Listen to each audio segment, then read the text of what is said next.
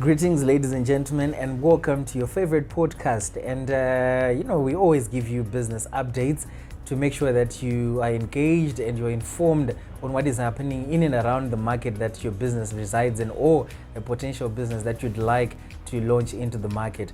And I am always joined by my partner in crime, the chartered vendor from the streets to the executive office. We're still in the streets, my brother. Oh, you're still in the streets? In the streets, yeah. All right. So yeah, for today's conversation, there's something interesting. I know you are very passionate about sales, but there are always activities that lead into sales. Exactly. And one of the big activities that lead into sales is marketing. That's true. So I was looking at South African adverts, the way they market their products, especially insurance products. You know, you can literally watch 2 hours of insurance advertisements in South Africa because they make it so engaging. The storytelling, the build up to the climax, and at the point at which they then throw the call to action for you to buy the insurance product. The marketing is nicely done. They even take advantage of, I saw an advert, King Burger, South Africa. They took a part of the Black Panther movie, Wakanda, marketing the burger and stuff like that. But then I look just across the border, Kuno in Zimbabwe. I look at the marketing done in Zimbabwe. Like, what's your comment? What's your comment on marketing? It's pathetic, and it's a disaster. Because if you compare to the those jingles which you used to see when you grew up in the 90s, we used to see those Ngwerewere ads, Olivine, how those guys used to be very creative. You remember that bus when that guy, I think it was Chibuku advert, whereby that bus, that guy was going to miss a bus, etc. Those guys would sit down, create an ad. They don't have time to sit. Nowadays, people are just thinking that because I've got a computer, I can design on Canva, I can just throw out something. You know, because of production of things is now a bit easier. Because those ads used to go through vetting. I think one of the best guys who was doing ads in Zimbabwe was Isaac Chirwa. Do you know him? Isaac, no, Isaac Chirwa. I think he's also a producer. So he's the guy who was doing those ads in the 90s, in the 80s, but with little technology. But right now, information is available. Like what you are saying, you can get a Wakanda video. Information is there. But our young people, or even our older people, they are not thinking, and it's just a mess. Because before you sell something, the reason why even my books are popular is because I've put out 2 ads which are actually running right now, sponsored. And unfortunately, you'd have had people who are saying we have got diploma degrees in marketing. We've worked 5 years in a marketing position. But I'm the one who is to say, okay, we want to shoot a video, we want to advertise a book. How can we create this video? Let me wear a bib. Let me wear an MAJ cap.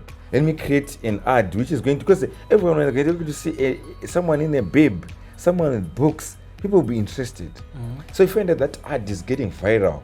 And hence, when I approach someone with my book, everyone will say, I want so an ad. I want so an ad. Because before you sell, marketing makes it easy for you to then get into sales. Yeah. Because that's what the mistake most of the people make. When people don't know about you, when people don't have any trust, when people haven't developed a relationship with your brand, there's no sale which you can make. That's very true. You're going to make fewer sales because we don't know about you. The process is going to be very long for me to say probably, can I really do business with Steve? That's why you see right now, even on this podcast, it's very difficult for us to just bring someone else because we don't know how they're going to speak. How they're going to speak, that's very true. So it's a matter of a relationship with me and you. That was marketing. It is so it's so sad that the ads which are being produced by South Africa are way different with the ads which are being produced by Zimbabwe. It's not only the ads. Music which is being produced in South Africa is completely different from the music which is being produced in Zimbabwe. It's like they live on a different continent. Why? Music which is being produced in Nigeria is quite different from music which is being produced in Zimbabwe. Where is the missing link? Music is now just being produced in a computer. I get emotional when I speak about these things. I feel this country is not serious. Yeah, indeed. And you mentioned something to do with creativity. Back then we had creative directors who would invest their creative process into the distribution of a marketing material, right? But these days it seems like we are so overconsumed in design that we invest all our creativity in the designing of a flyer, a poster, but then there's no creativity in the distribution of that flyer, to the point where marketing these days on social media is the equivalent of just posting a flyer. Like, how did we get there? Like, posting a flyer, just a caption, and we are marketing. And you know what's even confusing or rather disturbing is the fact that the person who's making the flyer, because they are now putting their creativity into the making of the flyer, they now believe that they are a qualified marketer by virtue that they can create a flyer. That's what they're being taught probably in schools. Because it also goes back to our education. Are we really teaching people? Do we really know the definition of marketing? Do we know that when you're putting out any content which you're putting out there, you're not doing it for yourself, you're doing it for your customer? It's not about what you want on your page, but it's what your customer wants on the page. What can attract a customer? What can move the customer into action? That's what is supposed to be done. You see, big companies investing in ads. Your Coca-Cola, your I think you notice when Steve Jobs was advertising your iPod, at the time, was it iPod or no? It was the time of, was it an iPod? That one which he said 1 million songs in your pocket. Yeah, it was the iPod. It was the iPod. Yeah. You see how catchy was that phrase? He didn't say buy an iPod and do. We say 1 million songs in your pocket. In your pocket. And then, you know, the most catchy part about that statement, like you're saying, then there were no flash drives. Exactly. The idea of a hard drive was as big as a room. Exactly. Like they used to have computers occupying the whole room. Exactly. So when he told people that they would have such an amount of songs in their pockets, the people were like, they wanted to understand what he was talking about. What he was talking about. That's when he said signing musicians under Sony, etc. And he made money after that. Because these guys would sit down, would think. Us these days is about, we no thinking at all. We're just throwing a product out, which is substandard, selling it to the market. And it's just sad. It's just sad because when you look at these things, even I've tried recruiting marketers up to now. If there's someone who knows marketing and they're creative, I would want that person in my team. Because most often times we're like, do you guys know even how to create an ad? Sometimes, okay, don't think, just a copy, okay.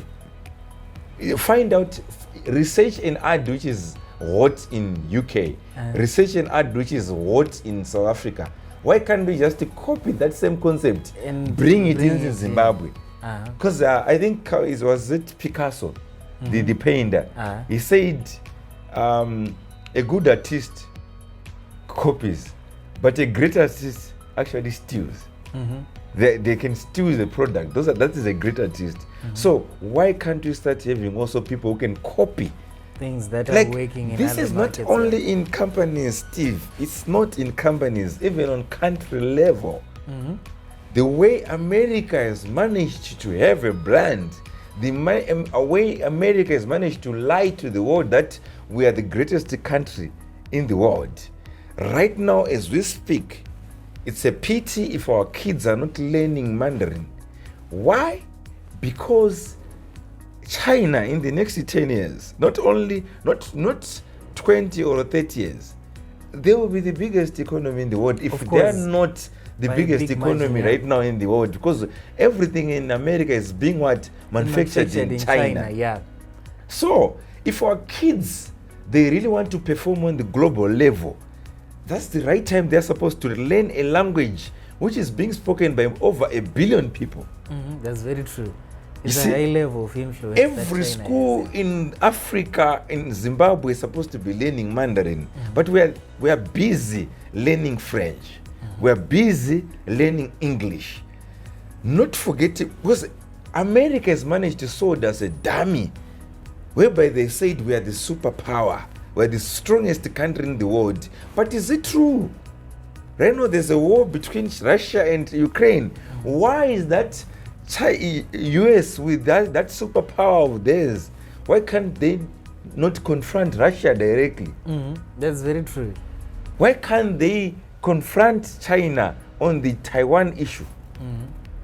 Because they know. Because they know that it's like an owl. You know that animal story whereby an owl said, I've got horns. When they are not horns. So the moment when that other bird managed to discover that these are not horns, this guy is lying, it will be the death of America. So, but the problem is, the reason why I say America, those guys, they're thinkers, they're the best people. Whenever they quarrel, even if it's political, if it's Trump against Biden, Trump has never taken his country down because he wants power. Biden has never taken his country down because he's interested in power. They protect brand America. They criticize each other as individuals, And not protect the to brand, bring down the whole brand. Do you know that most of the South Africans, they think that we live in shacks? Yeah. Do you think they don't even know that in Zimbabwe there's this infrastructure which we have because of the image you portray on social media? The image that we have portrayed. And you know, it's so sad that I don't know what point we are trying to prove by damaging the brand Zimbabwe at the expense of our reputation, just to gain a few followers, or maybe just to say I've spoken at so and so conference, yada yada. Because what then happens is, if you look at the perceived image of Zimbabwe, of Africa, by Europeans who've never come to Africa, exactly, they think we live in shady huts. Our children are sick. There is a lot of cholera, malaria everywhere. You know, I was surprised. I was talking to a friend of mine who returned from Cyprus. He was learning in Cyprus. He was saying there are people who are running scams, charity scams, where they post those pictures and say, please donate something for Zimbabwe, for Africans. And so people donate money thinking that it's going for a good cause, but these people are just buying expensive alcohol there in Cyprus. That's true. Because they are damaging the image of the country, of the continent, just to earn some few dollars. That's true. So it's dating back, because marketing is how you want to brand yourself as Steve. How do you want to be seen? Even because right now we haven't even, these kids, when they're getting into school, they're learning marketing. Yes, they're learning marketing to do it in a corporate level, but they need to also know what is called personal branding. That's very true. How do you want your brand to be represented out there? Who are you? Which story do you want to tell to the people? That's why it was easy for me. I just used my vending. I just checked which was the lowest part of my life. Then I said, I think I was a vendor. Okay, how can I make money from this lowest part of my vendor? How can I brand myself as a vendor? How can I make myself outstanding? Because marketing is about, I think there's a guy, I'm forgetting his name, but he wrote a book which is called Paper Cow. This book is simple. When you hear the title Paper Cow, what comes into your mind? Of course, you are wondering, okay, a paper cow. Exactly. How is that possible? We're used to black cows, we're used to white cows, we're used to probably a brown cow. There's no paper cow. White. Yeah, there's no paper cow. So he's saying, I think it's Seth Godin, he's saying, make your advert purple. It's like you're eating cattle. Then there's a paper cow. Obviously, it's going to stand out. It's going to stand out. Everyone will be like, why do we have a paper cow? Everyone will notice it. But let me hold you there. You know, in this idea of chasing uniqueness, there are a lot of things that people would do at length to try and achieve uniqueness. And I'm going to pick out a case in point. Do you know that every time when a scandal happens in and around Zimbabwe, there's one company, a food court for that matter, that is posting subtle, subliminal adverts about their brands, but the connotations will have that trending issue on social media. And then I've seen comments that follow those posts. Usually they say, no, this marketer is very good at their job, they should get a raise and stuff. Of course, they're standing out. But like you said, we want to create a brand, sustain a brand that can stand the test of time and integrity, right? Is it a good way of building a brand when you market off the negativity and harness the power of the negativity and gain popularity of the moment, but then considering what that could do to the brand? Do you think it's a good stance to take in terms of marketing? I think it's two ways. Because when you talk about marketing, controversy sells. That's why you notice that the most popular people in the world, they are known for various controversial things. Like you can talk about your, I think the former wife of Kanye West, the popular Kim Kardashian. How did she become popular? Even in this country, we've got most of the people who became popular because of pornography, who became popular because they were naked. So controversy sells, number one. That's the truth. And this brand which you're talking about, their controversy, we couldn't have known them if they were not controversial. But what I think is, you really need now to say, am I going to be taken seriously as a brand? Like if Jerry starts to also post that kind of content. Because before you even start to market, even in a company, just to educate people who are on our camera, is people are watching us, people are listening to us on our podcast, is who are you marketing to? Who is your target audience? How do you want to be noticed by your investors? Because are we going to have a serious investor who is going to invest in a business probably which is mocking a certain race or a certain tribe?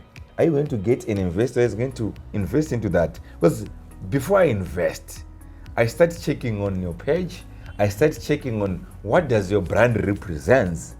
So it's a matter of now saying, where do you want to see yourself? Do you just want to be a socialite, gaining mileage, probably getting endorsement because you are just a socialite? For example, there's a socialite who is always bashing women. Do you think when we are a company, us as a company, we want to recruit, we want to recruit that socialite as our brand ambassador? Are we going to have that kind of brand ambassador? No, absolutely not. So yes, he has managed to amass many followers.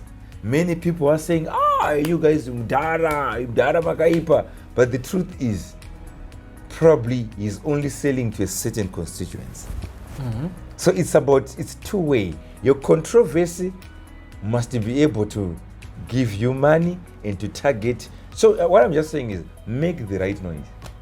Okay, so you harness the energy of the moment based on who your target market is.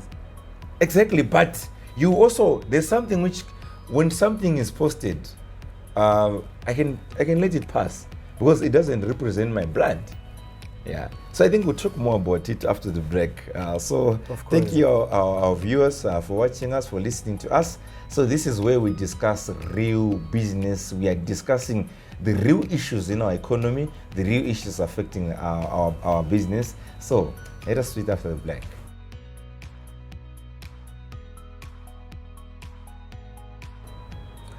Do you really think that controversy can be used as a source of marketing content?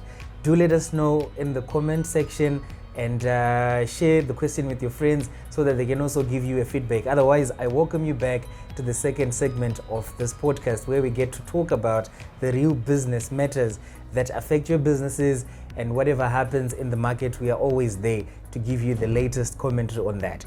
Now, I want to move on to, we're talking about marketing. Yeah. I want to move on to a different dimension altogether. Do you know that there are institutions that believe marketing is not really for them?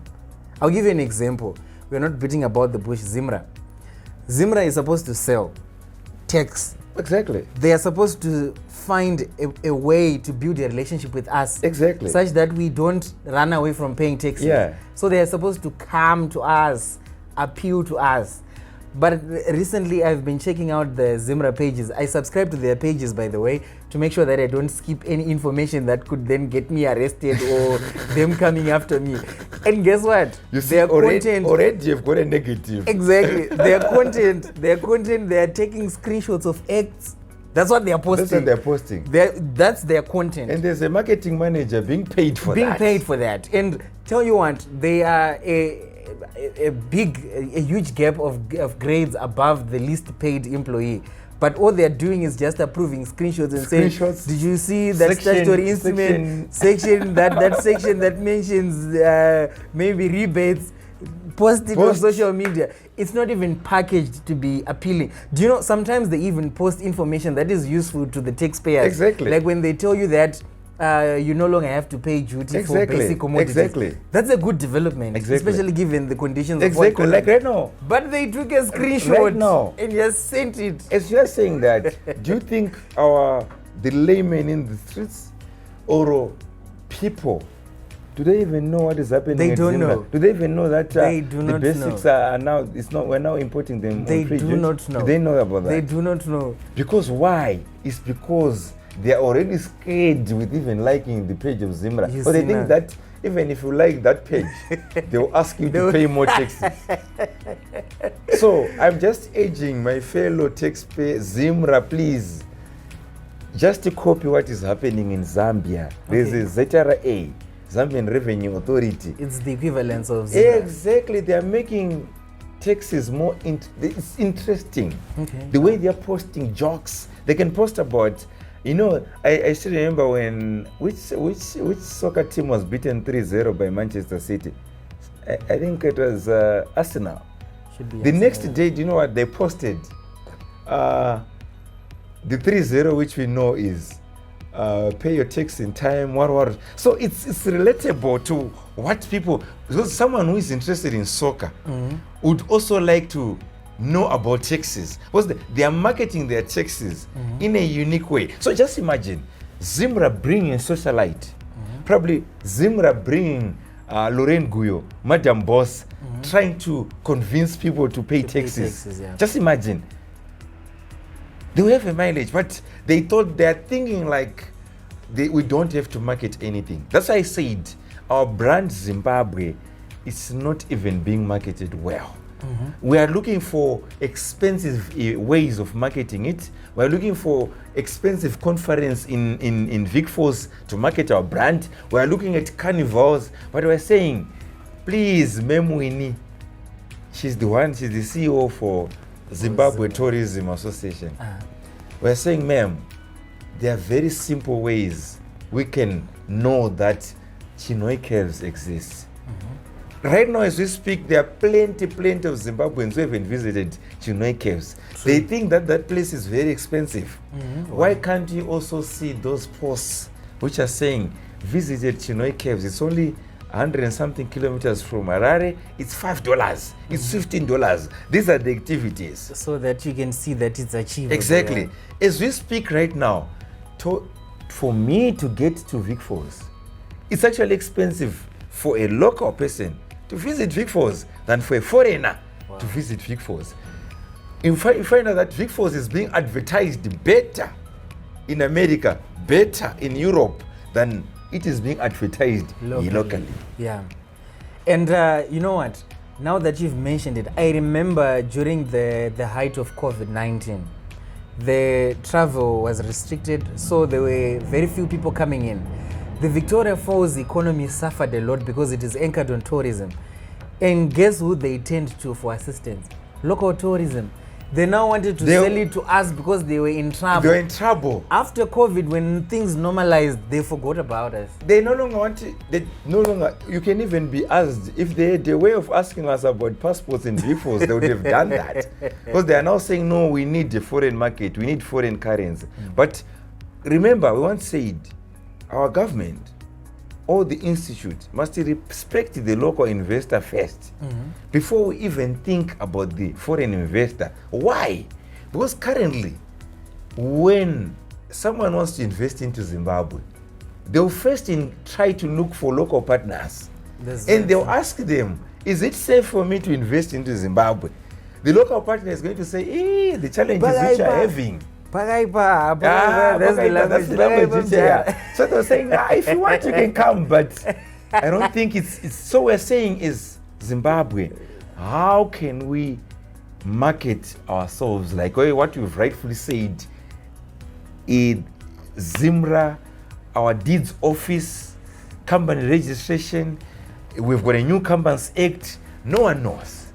We've got new statutory instruments which are being produced by the government. Noble ideas, noble initiatives, but no one knows about them. Yeah. The first lady once talked about that. There's a national dressing which is there. Do we even know about it? No. What are we doing to promote it in our local boutiques? Our national dress? Nothing. Absolutely nothing. Right now, even our Premier League, people, they like watching the English Premier League. They don't even know that there's a castle. That one it's a big disappointment. Don't even go there. And even the picture quality. It's so sad. Disaster. It's so sad. I think I saw a recent publication that saw the Premier League suspended. Exactly. Like it was in the middle and then they just suspended it. Exactly. Like we are doing so poorly in marketing our own products, our own services. And do you think we are going to have some of our brilliant players, like we've got our Donald Dumdadi, shout out to him, from Dimbare? Is he going to be, are they going to take that talent and import that talent to Europe when we are not serious? Even picture quality. I think the guy who is actually filming our soccer matches is using an, okay, I wanted to say an ITEL, but anyway. But okay. Because even if they invest in a good phone, I think they can do better job than using the cameras they're using on television. You know what? I was actually laughing this other day and saying some of the things that we should hold dearly to as a nation, like national events, they've been taken over by churches. Have you seen the streaming quality for church services? Wow, you are like, no, churches are better marketers than us. I've noticed that even in Harare. Have you noticed the billboards? The type of billboards which are being produced by churches. But where are our companies? They are where are our institutes? They are non-existent. Where are our parastatals? Now you just see changes about ZESA. You just see changes when you're trying to do a transaction, but no one will ever update you. But there's a public relations who is being paid. There's a marketing director who is there. They and actually they have cars. full marketing department. Yes. And they've got cars which are even written marketing. And a guys, dedicated parking slot of a marketing director to give us screenshots. You, the customer, who's paying you, park outside and find your car claimed whilst you've gone inside to pay bills to an organization that is not doing justice in marketing what it's doing within. See how city parking is marketing itself. They've tried to get even your comic pastors to do some other ads for them. Because why? They're trying to say, as much as even we hated them because of what they were doing with clamping our vehicles, but in a way, you start liking them again. Yeah. Because they're trying to rebrand themselves. At least there's a marketer there. At least there's someone who's saying, guys, for us, we now have a better image. Let us try to compensate it with doing a BCD. That is what we're supposed to be doing. But yay, we are here. We need our brand Zimbabwe. We need our country to be seen as the best country in Africa. And I think the right word to sum it all is engagement. And you know what, if you look at those social media platforms, they now have options for when you go on insights. They will tell you the engagement rate of what you've just posted. So if you see your engagement rate low on social media, change your strategy. Because if you've been sending flyers for the past 2 weeks, past month, and then the engagement numbers are even going down, change your strategy. Adopt new marketing tools, new marketing methodologies, new ways of finding content to market about your brand so that you engage with your customers. It's the same concept when a guy approaches a lady. Do you know what would happen? It's a pity that these days these youngsters, they know nothing. They just get the number and then they're in the DM and they're like, yo, what's up? What you doing? No, you know, back then the first thing you had to do was to borrow a friend's jacket. Then you just appear in front of the lady so that she just notices that there's that guy who's wearing a unique jacket, a paper cow. And there's one person that would call the hype guy. So, or the hype guy, or the hype man, or the wingman is the one who would go to the ladies and tell them, look at that gentleman. Do you know that guy? Yeah. So, when you eventually go to propose to that lady, she already knows about you because you've marketed yourself. And you've created this image, you know, people would borrow even cars, even cell phones, you know, just to show off. That's marketing. You're trying to build a perception. You should be part of the book, which is called Sales is Custom Mjolo, which I'm writing, because that book I'm just comparing sales to Mjolo. And marketing also is also the same with it's the same Mjolo, concept, because yeah. you have to, perception is all what matters. That's what, when yeah. someone thinks that you're a millionaire, I heard that there was this Minga in Zimbabwe. When you see him making a lot of noise, he doesn't have any cent. But because you think that is a millionaire, someone will borrow him $1 million and you make money from that. Exactly. So perception is everything. That's why you need to, if you ever notice that if you drive a Vitz and probably you're going for a meeting and someone is driving probably a Benz or a GD6, the way you're going to be treated is completely different. Very different. Very different. So it's all about image, it's all about perception. When people feel that Zimbabwe is poor, they'll treat us like poor people. But if they feel like Zimbabweans, they've got something which they can bring on table, we'll be treated equally in this world, in this continent. Yeah. That's fantastic.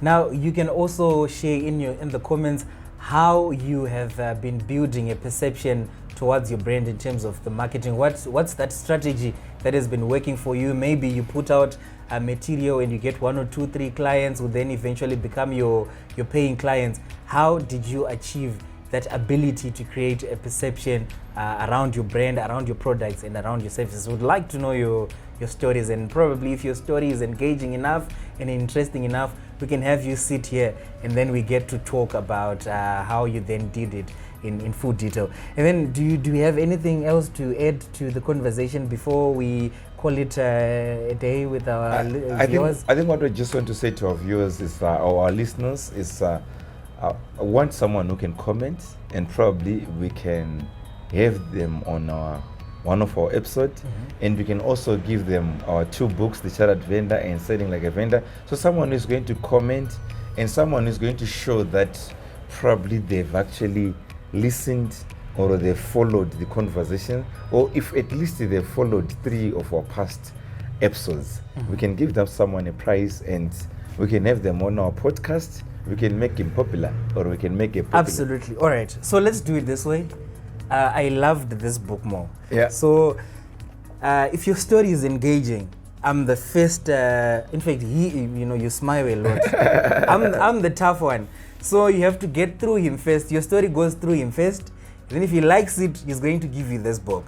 And then when you make it to the red copy, eventually that's an automatic invitation to join us on this podcast. So yeah, do leave a comment and you could be the lucky winner to get 2 books and also get to sit in this podcast. Otherwise, from me to you, it's a goodbye. We'll see you on the next episode. Do like, share, subscribe on the channel to make sure that you don't miss any upcoming content. Thank you.